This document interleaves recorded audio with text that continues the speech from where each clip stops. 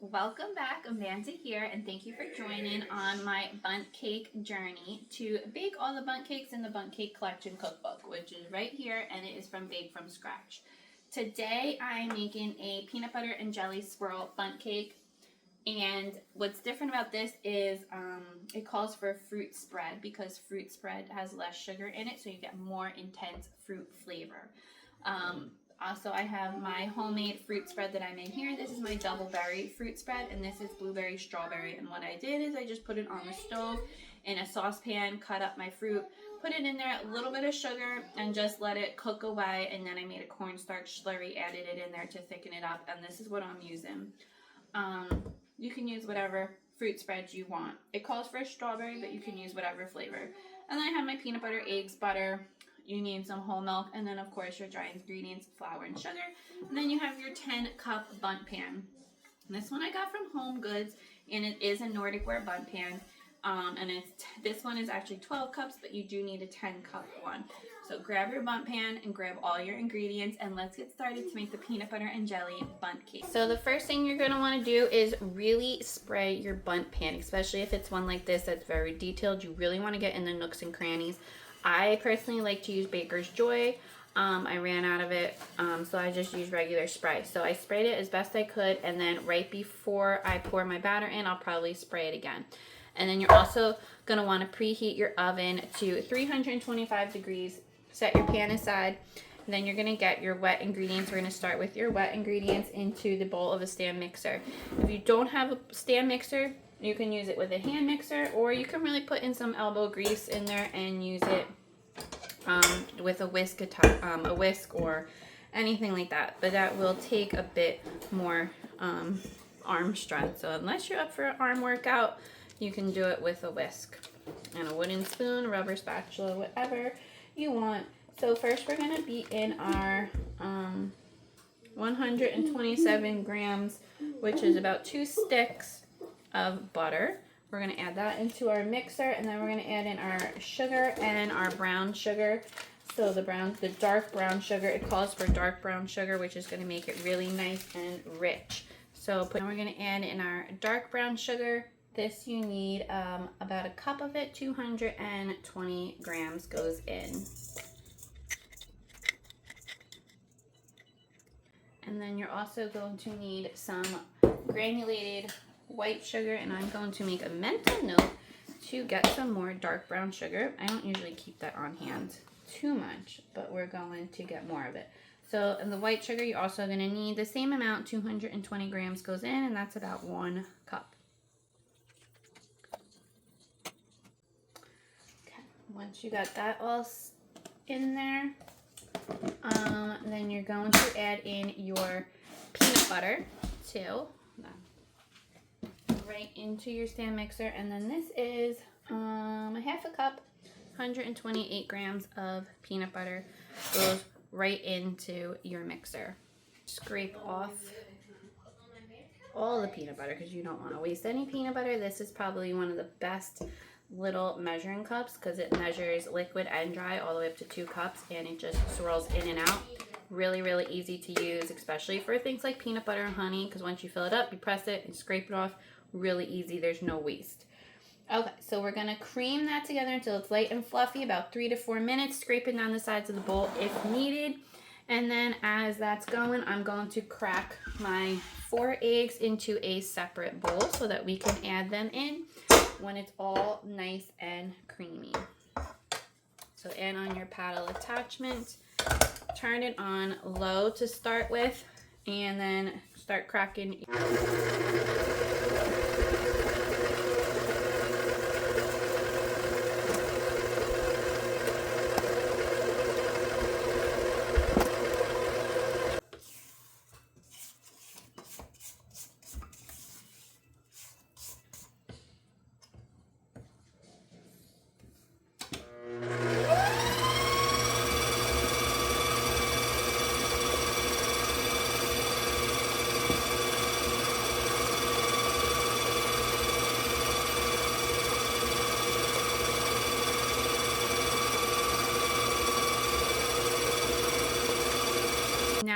that you have creamed your butter, peanut butter, and sugars together, look how light and fluffy it is. It should get lighter in color.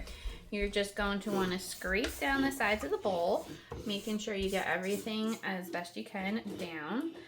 And then we're going to turn the mixer speed on low and slowly add in our eggs one at a time, beating well after each addition. And then you're also going to add in vanilla extract. You're going to want to measure vanilla extract with your heart. So let's turn it on low, add in our eggs one at a time.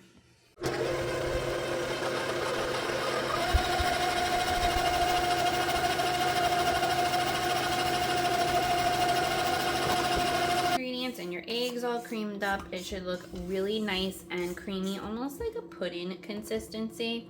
So now we're gonna weigh out our dry ingredients. So the dry ingredients are pretty straightforward. It's just flour, baking powder, and some salt. Now you only need 3 cups of flour. And I typically don't add salt when I use peanut butter because it's got salt in there and I find that it makes it too much. But if you do have the unsalted peanut butter, then definitely go ahead and add salt in there to your liking. But I won't be adding it in here only because my peanut butter has salt in it and I don't really want it to be super salty. So we got 3 cups of just regular all-purpose flour. And then we're going to just get our baking powder, our leavening ingredients in here also, and then we're going to add it in, and then we're just going to add it in with our milk. So it's really a straightforward cake. It doesn't have too much ingredients in there. And then you just need 1 teaspoon of baking powder. Goes in, and that's it, and salt if you need to.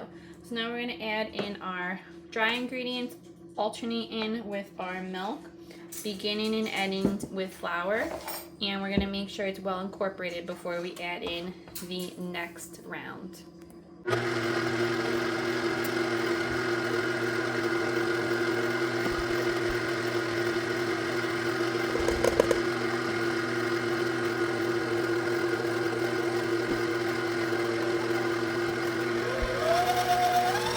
Okay, once that's all mixed up, just clean off your paddle attachment if it gets to be on the top like mine.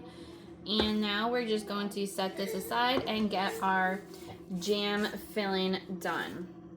So again, you just need like a fruit spread is what is recommended. And I already have that in my bowl. This is my jam spread that I made. This is blueberry strawberry. You can use whatever flavor you want. So now we're going to add to it, we're going to add in some cornstarch, and that is just to thicken it up. So you need about a whole 8-ounce jar of whatever fruit spread you want, and then you're going to add into it 16 grams of cornstarch right into it. And this is just to make it so it doesn't like run out when you cut into it. You don't want it to be soupy, you do want it to be rather thick. And that's what the cornstarch is going to do. So it will definitely thicken it up. Oops. And I like that you can make this totally customizable and that you can use whatever fruit spread you want. So we're going to set that aside, and then we're going to grab our Bundt pan and begin to fill it up. Okay, so I just grabbed my Bundt pan and I just gave my batter a quick mix after I took it off of the mixer. Just gonna give it a quick mix to make sure there's nothing on the bottom. And then I'm gonna grab my Bundt pan and we're gonna start to fill it up. We're gonna add in about 4 cups. I don't necessarily love how this is pooling at the bottom, so I'm gonna come dump that out as best as I can. So that should be interesting. So we're gonna add in about 4 cups of the batter right into the Bundt pan. So I'm hoping that that's okay in the bottom. We shall see. Again, it says a 10-cup Bundt pan what you need, but this one is actually 12 cups. So anything more is okay, anything less is not okay. You don't want a smaller Bundt pan unless you're making minis, which then you can do. but you will have to kind of like do some math to configure it, how much batter goes in each one. So sometimes I do like the minis when I go to like the farmers markets, things like that. Okay, so we're gonna spread it out. This one's gonna be a little tricky to work with just because of how detailed it is. So I'm just gonna give it a little tap on my counter to try and level it out a bit, to hope that helps. Okay, so now we're going to make a well in the batter. Again with the well, if you did the last one or one before this, there's a well that you gotta make. And that's a little tricky, I'm not gonna lie. So you make a well as best you can, leaving a border. And then you're going to take your jam filling and you're just going to fill it up into that well as best as you can. Because let's be honest, it's easier said than done. So if it gets messy, I mean, it is what it is, right? Peanut butter and jelly is not meant to be a clean meal. I know as a kid, I used to get messy eating peanut butter and jelly sandwiches all the time. My kids do not like peanut butter and jelly sandwiches. I don't know why. I feel like it's a classic, but they don't like it. Alright, so we got the rest of that in there. Now we're gonna pour the rest of the batter on top. And then we're gonna swirl it because this is a swirling cake again. So you're gonna swirl it to make sure you cut in. When you cut into it, you see all of the delicious jelly in the center. This smells really good. The batter smells so delicious. I mean, it smells so good. Make sure you get everything out of your bowl. You don't want to waste any of that delicious batter. How I think of it, like I said, is that every piece of batter that you leave in there is like a piece of the cake that you're throwing away. Mommy. Right, Bubs? Mommy. Yeah.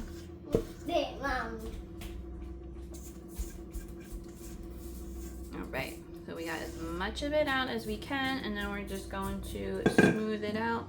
And that is the essentially it for this Bundt cake. Very straightforward. There's not a whole lot of stuff to do.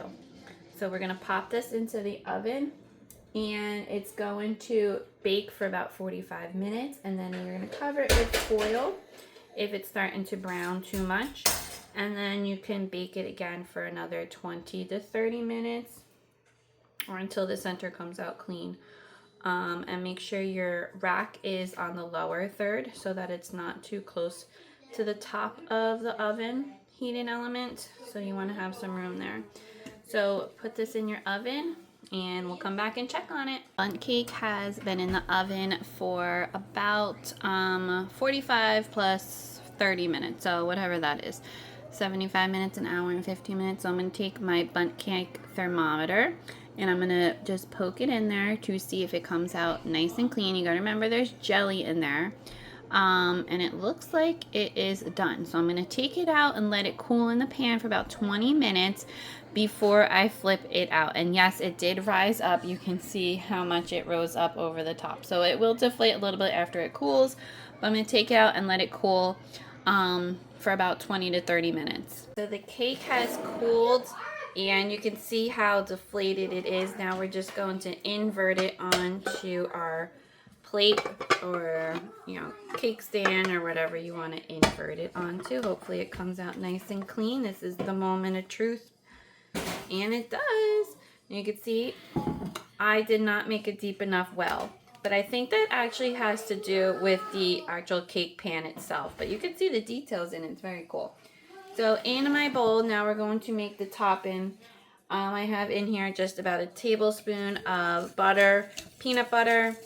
It's about 2 tablespoons. And then I also have in some cream, some milk, and some powdered sugar. And then I'm just going to whisk this up because everything is nice and soft. So I can whisk it up. And then I'm just going to glaze it. This one, I don't feel like it needs a lot of glaze. So I kind of have the recipe that it said in the book. And once I got it all nice and smooth, it's a little lumpy, but that's okay. I'm just going to gently spread it on the cake. It is a rather thick one. If you did want it to be a little thinner, you just add in a bit more milk. But like I said in the past, I like it a little thicker. So I'm just gonna spread it on so that each little piece, when I slice it, gets one. Now this cake pan is very tall, as opposed to a wide. It's a tall one. So I think that's why the jelly came out, because there wasn't a whole lot of room in between the sides of the pan to make a really nice deep well, or like a wide well, because it was just it's a narrow, tall pan. It's pretty, but I don't really know if it was good for this cake in particular. But you live and you learn. It's still going to be oh so delicious, I'm sure.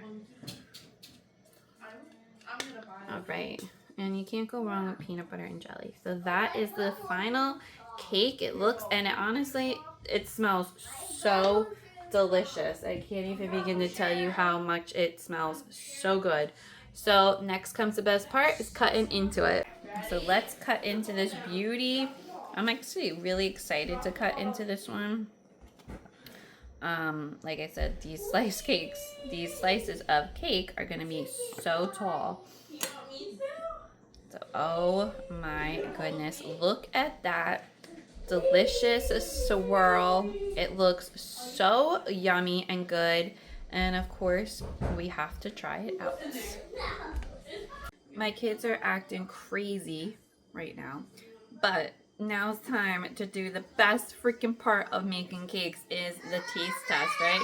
So that's little guy. So he just, for real, mom life. He just woke up from his nap. So I wish my mouth was tall enough to get a huge bite of this. Well, the obvious part would be the bite just the top. Mmm. If you love peanut butter and jelly, this is definitely the one for you. It's so good. It's like eating a peanut butter and jelly sandwich, elevated, next level. So I think it actually be good with crunchy peanut butter in there. That might be really good. Maybe next time I'll try that one. So anyway, I hope you enjoyed this baking video of this Bundt cake. Make sure to follow me, subscribe, like the video, do all the things. For more baking tips and more product reviews, make sure you stay tuned. See you next time.